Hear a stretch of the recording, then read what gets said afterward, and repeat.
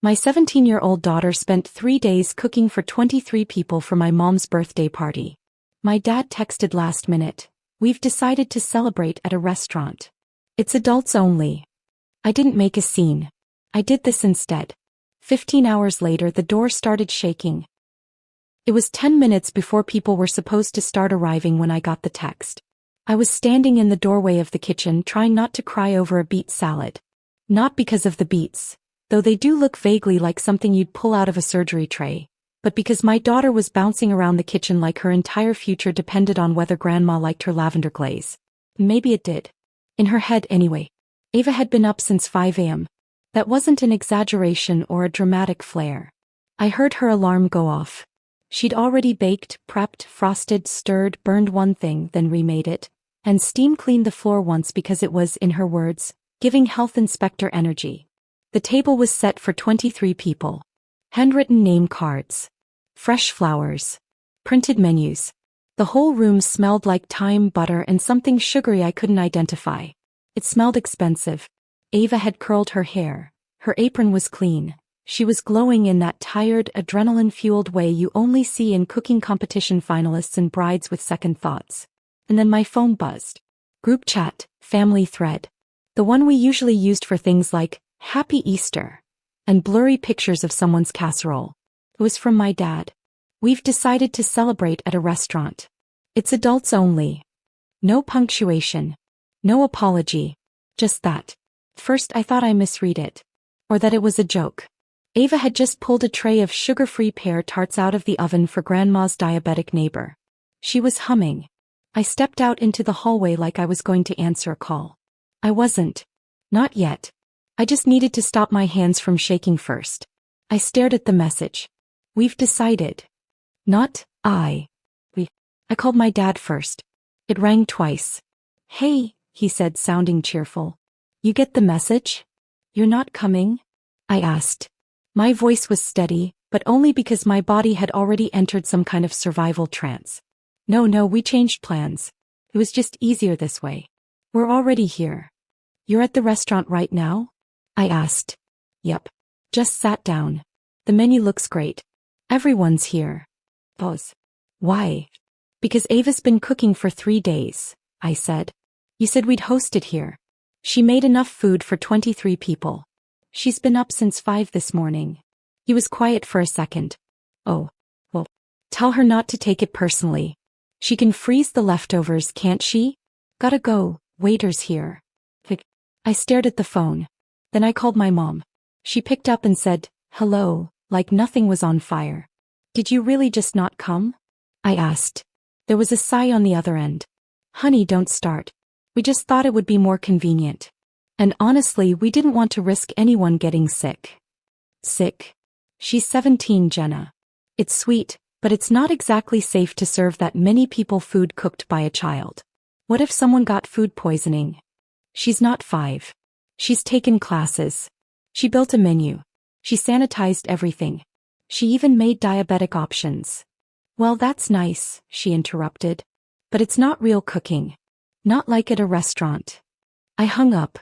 I didn't trust myself not to scream. I called my sister next. Not because I expected better, but because part of me hoped maybe, just maybe, she didn't know. That maybe she'd been left out of the decision. She hadn't. Oh, Jenna, she said. Don't guilt everyone over this. She's crying. She's dramatic. She's exhausted. She's 17. She needs to learn that not everything is about her. She made food for 23 people. And none of us wanted to be her test subjects. The way she said, test subjects, made my jaw tighten. Like Ava was some little rat in a homey maze. I hung up mid-sentence. I didn't care what she was about to say. I stood there for a second, trying to remember how to breathe. Behind me, Ava was still talking. Do you think the pomegranate glaze is too sweet? I didn't want to overdo it. Also, is the lighting too warm? I wanted everyone to feel like it was a real restaurant but not like fake fancy. And, Mom. She stopped. I turned.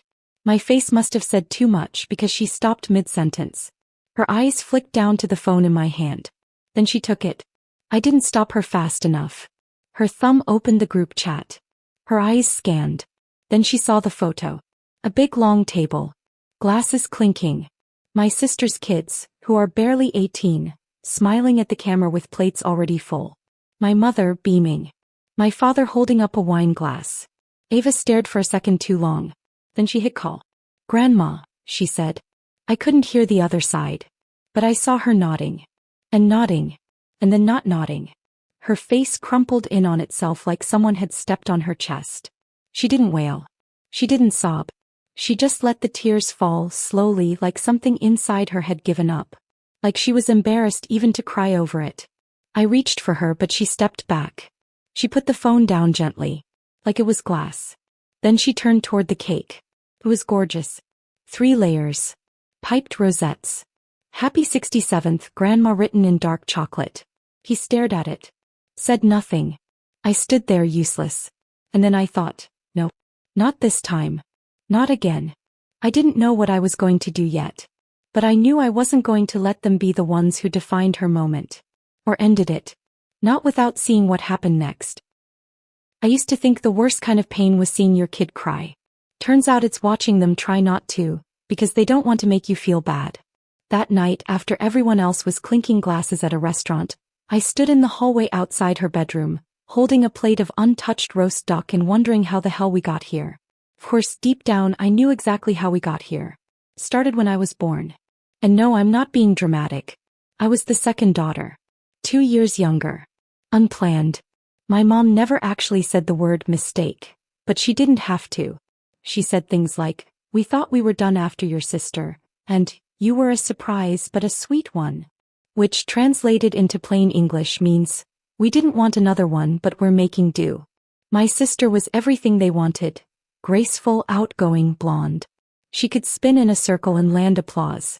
I could take apart a broken fan and rebuild it to run better, but all that got me was a lecture about not touching man things. She took ballet. I took apart a toaster once and got grounded for destroying appliances. They paid for every dance class, every recital, every gold-sequined fever dream. When I asked if I could do a weekend handwork course, leatherworking, I think it was, "We don't have money for that. Besides, what would you even do with it?" What I did was turn it into a business. Years later, I run a small but successful company that makes custom handmade home goods. My husband works with wood. Together we make decent money. Nothing fancy.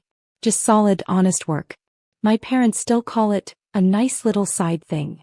Meanwhile, my sister has 2 degrees in literature and dance and about as much job stability as a sneeze in a wind tunnel. He's lovely though. Still elegant, still adored. And because the universe has a sense of humor, I still help her out financially from time to time. Quietly. Without comment. Because that's what I do. I pay for the things no one thanks me for. Birthdays. Travel cost. The occasional broken water heater at my parents' house. All quietly absorbed by the bank of, well, Jenna's doing fine. They treat my money like community property and my opinions like spam mail. And then came Ava. My daughter. My heart. My karma in the very best form. She's like me but bolder.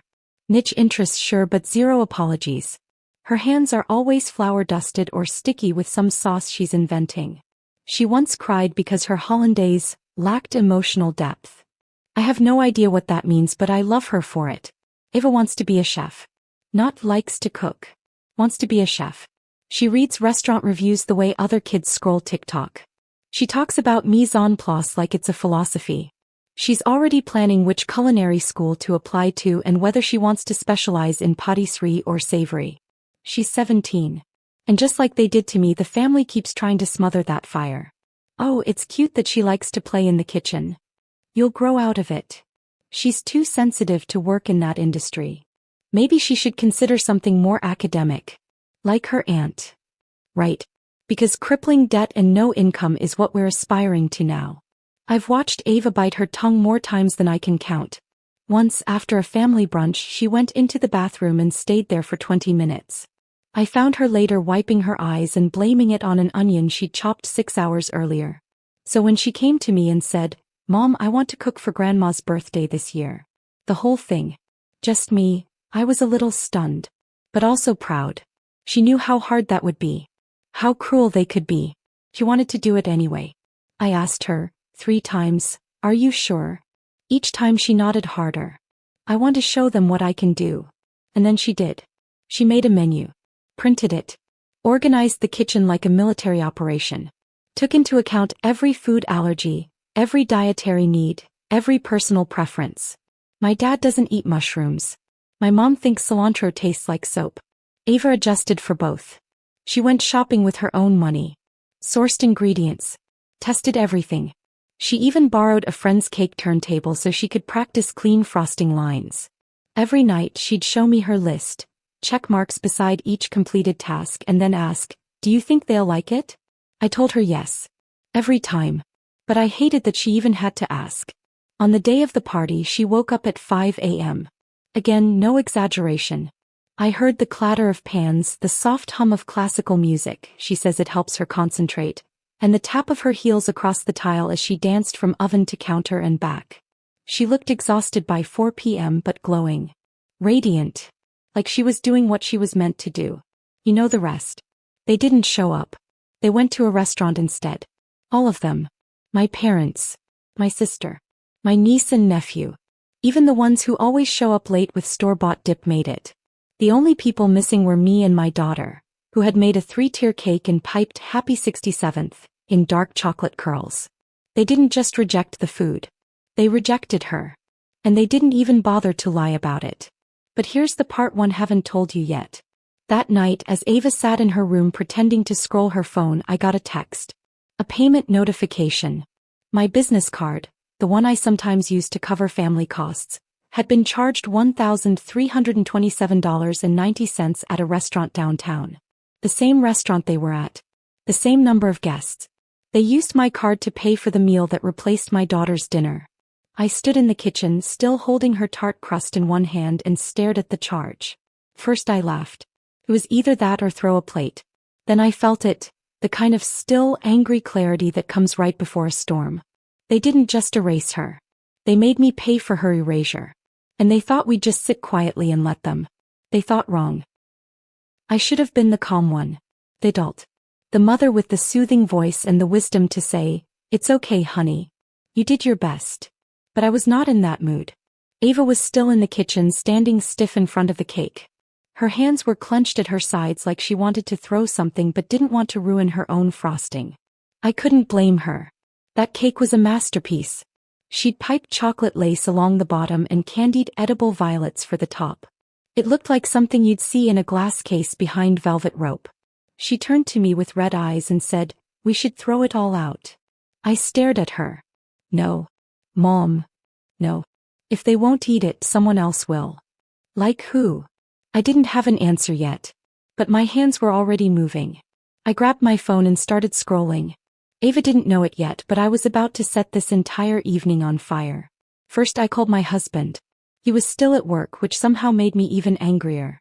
"I need you home. Now." He didn't ask questions. Just said, "Be there in 20. Then I started calling everyone else. Old friends. Neighbors. My cousin Sam from my dad's side, who always got left out of things for being too political, which was code for calls out our parents when they're awful. People from our local community group. A woman I'd met twice through a charity bake sale. My dentist's receptionist. I didn't care. I told them the truth. My daughter spent 3 days cooking for her grandmother's birthday. They ditched her. She made 23 meals. I need people who can eat. It wasn't an invitation. It was a summons. And to my surprise, people came. Fast. By the time my husband pulled into the driveway, the first 2 cars had already parked. One neighbor brought a bottle of wine and an entire extended family who didn't have dinner plans anyway.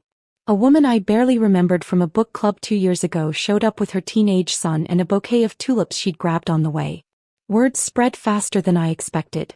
It was like watching a protest materialize, dish by dish. Ava was horrified at first. She stood in the hallway whispering, "Oh my God, Mom, what are you doing?" "I'm salvaging what's left of your dignity and dessert. Help me find more chairs." "But..." I turned to her. "You cooked for 3 days. You made something beautiful.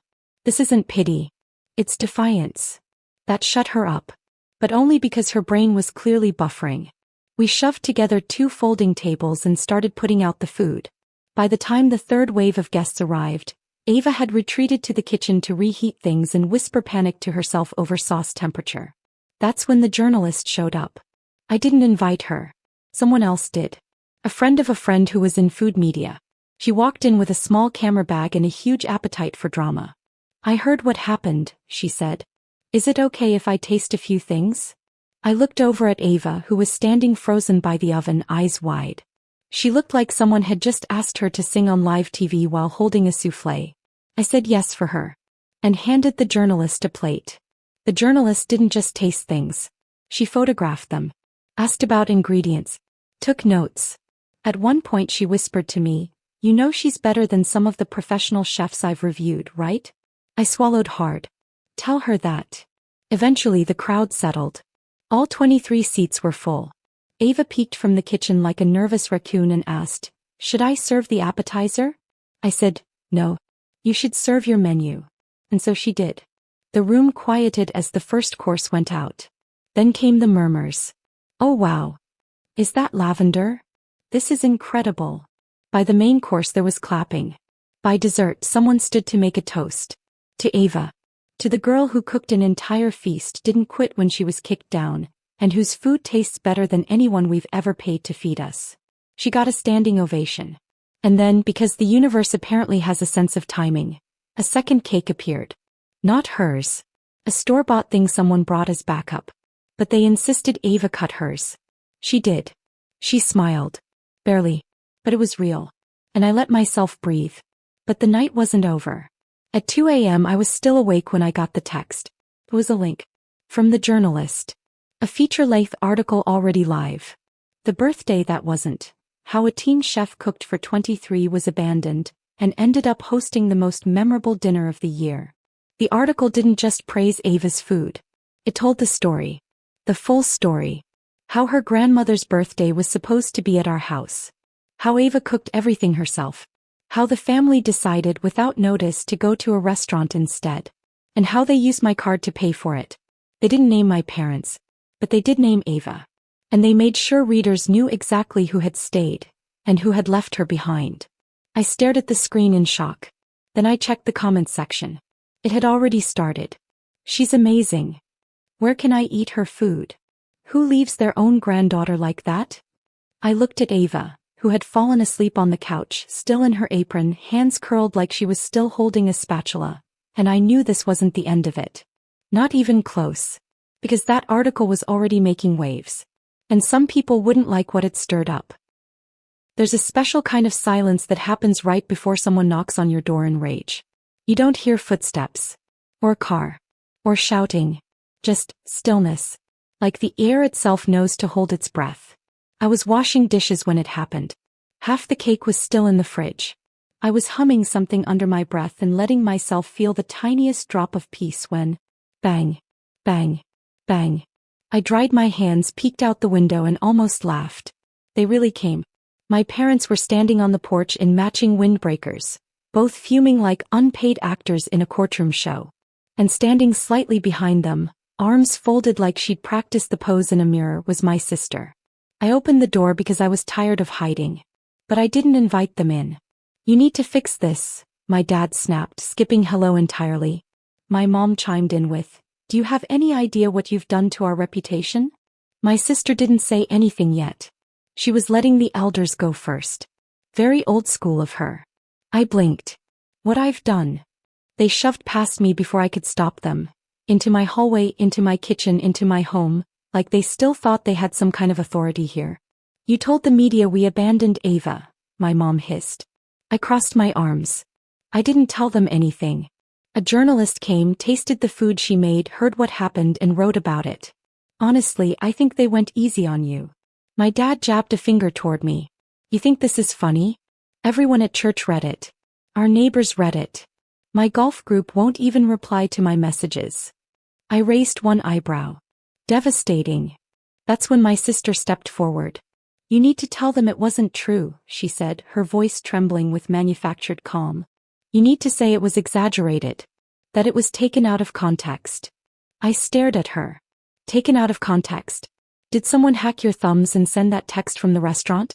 Did I imagine the $1,300 charge on my card? Did Ava hallucinate the photos you all posted from the dinner? My mom's voice cracked. She made us look like monsters. No, I said quietly. You did that yourselves. She just cooked. That's when the volume went up. They weren't even talking to me anymore. They were talking at me. Around me. Through me. She's just a child and she's already learned to weaponize the internet. She humiliated her grandmother for attention. You raised her wrong. She's dramatic. She's ungrateful.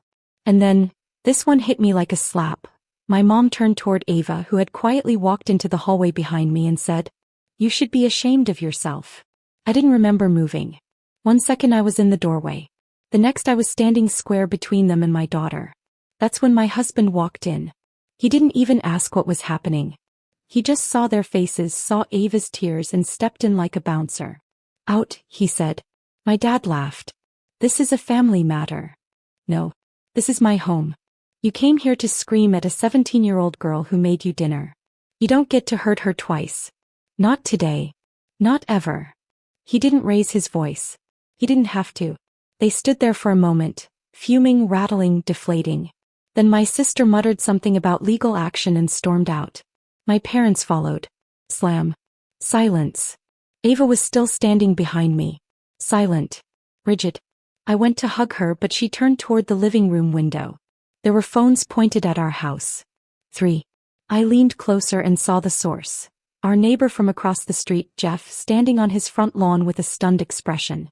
The same Jeff who runs the local Facebook group and livestreamed our last neighborhood barbecue. Of course. I gave him a wave that said both, "Hello," and, "I will set your compost bin on fire if you post this." Too late. That evening, a video appeared online. Title: The grandparents from that viral teen chef story just showed up at her house and screamed at her. Watch what they said. The internet did what the internet does. It lit a match. The comments were brutal. Imagine being this bitter over a cake. They sound like they're auditioning for villains in a Hallmark movie. Who yells at a kid who cooked them dinner? One comment just said, "This is why some of us cut off our families." That night, before I blocked my parents, I saw the final round of texts. First, "You've ruined us." Then, "We'll take legal action if you don't issue a correction." Then, "This is elder abuse." Right. I didn't reply. I blocked all of them. My parents. My sister. Their side of the group chat. And I deleted the card they'd used to pay for that dinner. That particular act of financial betrayal wouldn't happen again. Later I posted something simple. Not a rant. Not a call-out. Just a sentence. We stand by every word. And we're done protecting people who hurt our daughter. I expected backlash. What I got was support. Old friends messaged me. Strangers messaged Ava. A local chef invited her to stage in his kitchen over the summer. Someone from a culinary program she dreamed about said they'd be watching her journey with interest. We didn't celebrate, but we finally exhaled. Fast forward 1 year. Ava got in. Not just anywhere. The program she used to whisper about. The one she thought was impossible. She's still in her first year, but she already has clients. People who want her to cook for events. Bake for birthdays. Cater for small dinners. Some of them even reference the article. Her food blog. It's flying. He posts recipes, photos, videos. He has followers. Real ones. People who see her. He's different now. Not louder. Not bolder. Just steadier. She never reached out to my parents again. Neither did I. We heard they moved. Some town 2 hours away. Too many people had stopped inviting them to things. Too many friends suddenly had plans.